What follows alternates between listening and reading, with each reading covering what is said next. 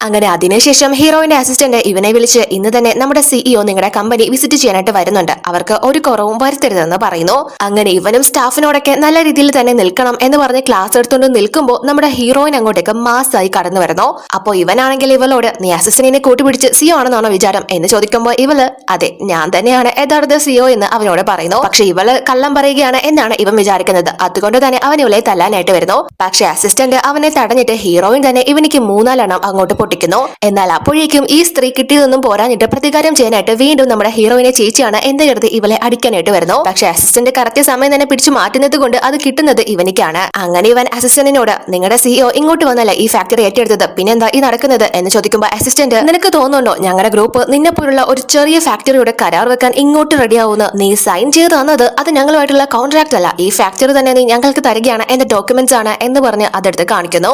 അത് കണ്ട് ഇവൻ ഷോക്കായി പോകുന്നു.